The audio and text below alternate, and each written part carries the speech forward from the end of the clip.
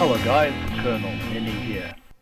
I remember back in the old days, when one purchased a flight simulator game, it actually came with its own aircraft.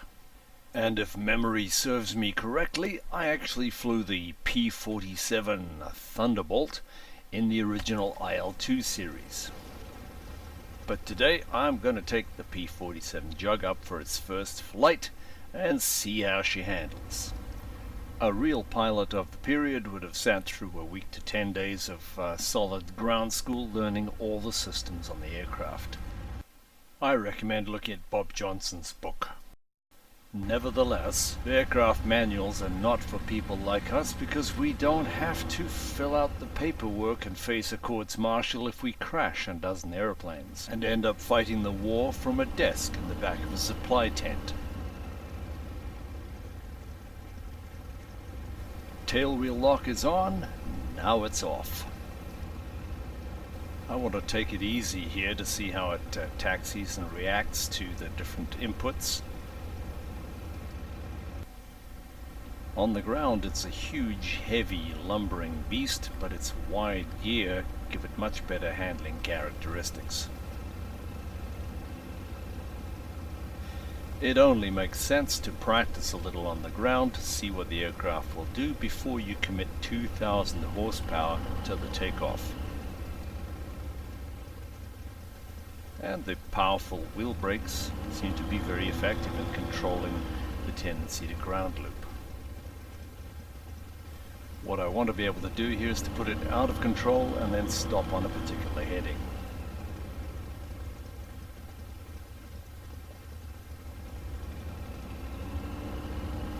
Just like this. So now I feel I'm ready to roll.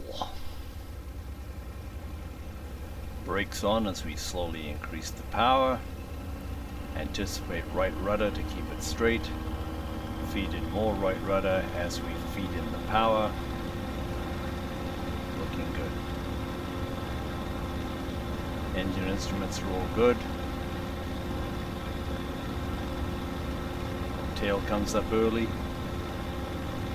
Now we just need our takeoff speed and rotate. Gear up. Keep it straight. I've got it set on automatic mode so I don't have to mess with the propellers at this stage. Very smooth so far. Very nice, very smooth. Let's try a low pass over the airfield.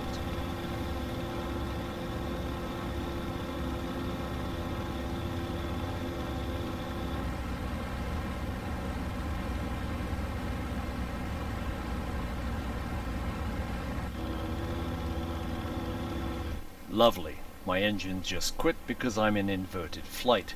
You'd think by 1944 they would have figured out that fighters need to fly upside down and fix the problem. Okay, just gonna loop over here back to the airfield. Throughout these maneuvers I'm keeping the power at a constant 90%.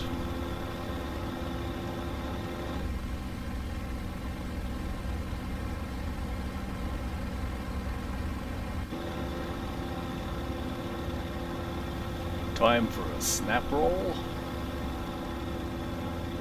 And what the hell, let's do another one. Very stable with little loss in airspeed.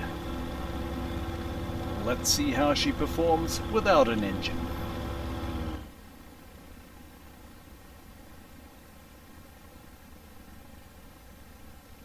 Gear down and flaps down. There's the runway. Let's land.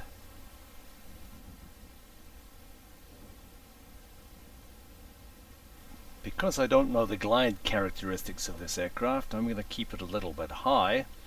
It's better to land long than land too short. She's flying well at low speed, but I'm running out of runway, so I'm going to need to put it on the ground rather than glide down and kiss the earth. So flaring out and putting her down. This maneuver uses up some of the forward energy. Note the tendency for the tail wheel to come off the ground as I apply the brakes, unlocking the tail wheel, and we can control the turn and come out on runway heading at the end of the runway. Yes, I know I'm awesome. I can't help it. I'm a fighter pilot. But if you think I'm awesome, then like, share and subscribe before these German 88s take me out on short final. Let's take a look at a standard landing. Here we are on right base with gear and flaps already down, and we're planning to touch down in the first 1/3 of the runway. To do this, I'm planning to flare just over the runway threshold and touch down shortly afterwards. Generally speaking, you're looking at having the engine idling all the way down to the touchdown point. And if you don't need to add any power right up to the point of touchdown, then you've planned your approach correctly.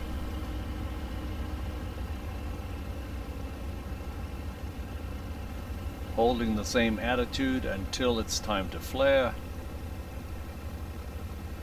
leading the speed and touching down. Gently applying the brakes, and you've got to watch the tendency for that tail to pop up. You're going to end up on your nose if you jam the brakes on.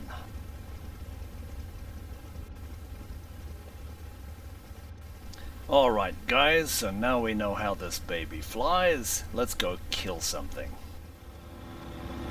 Our objective is to destroy anti-aircraft emplacements at the local German airfield.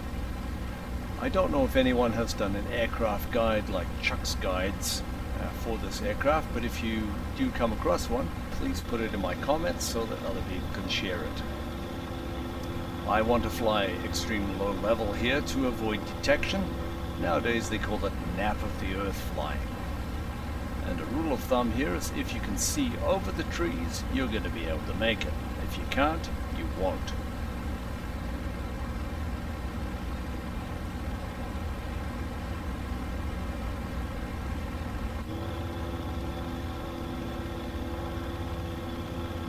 And don't forget that you've got 20 feet of wing sticking out on either side, so as you cross the ridgeline you want to keep that flat with the terrain. Unless, of course, you need practice flying with one wing. I'm very impressed with this aircraft as it responds to my pitch inputs just when I need them. And I'm running max continuous power.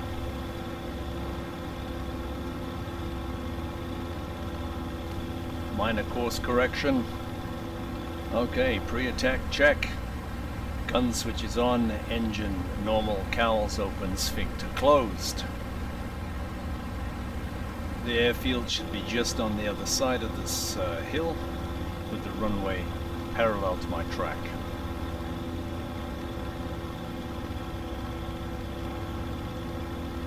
Guten Morgen, Deutschland.